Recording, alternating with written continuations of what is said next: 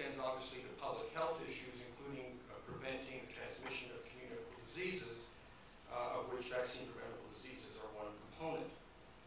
And those authorities extend not only into the school setting, which is what we're focused on this afternoon, but also into healthcare facility settings as well, both hospitals and long-term care facilities. In the school setting, the authority to most states, of course, they're dependent on what the state statutes say in their constitution, extends not just to the sort of the preschool or daycare area, but extends all the way through kindergarten and middle school and high school, and in most states also at the college level as well, although we, at least by law, the 18-plus population are considered adults, not children.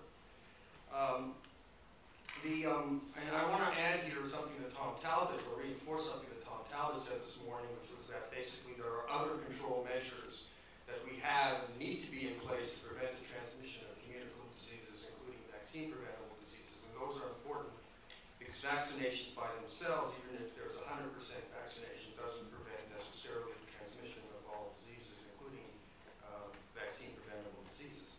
Everybody can appreciate the benefits of vaccine.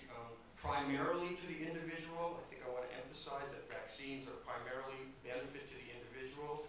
And I agree with what Don Schwartz said earlier, and that in fact it's not just a public health issue in considering the broader public health, but individuals are part of that public health, and so the benefit accrues primarily to the individual and secondarily to the public where there's herd immunity. So we're talking about decreased morbidity, decreased mortality, decreased disability, decreased impairment, decreased cost to society, and we can't separate our healthcare from cost, as all of you are quite aware of, given the debate over the last 2 years. And these are both real and opportunity costs, and of course the issue of preventing lost productivity is an important one as well. And I use the word productivity not in the sense of working, but all kinds of productivity in the broadest sense.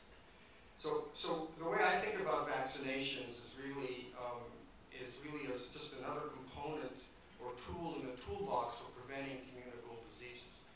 And that's, as far as vaccinations are concerned, once a vaccine is licensed, there are a number of tools that are implemented even prior to states or jurisdictions requiring vaccinations as a mandate for school attendance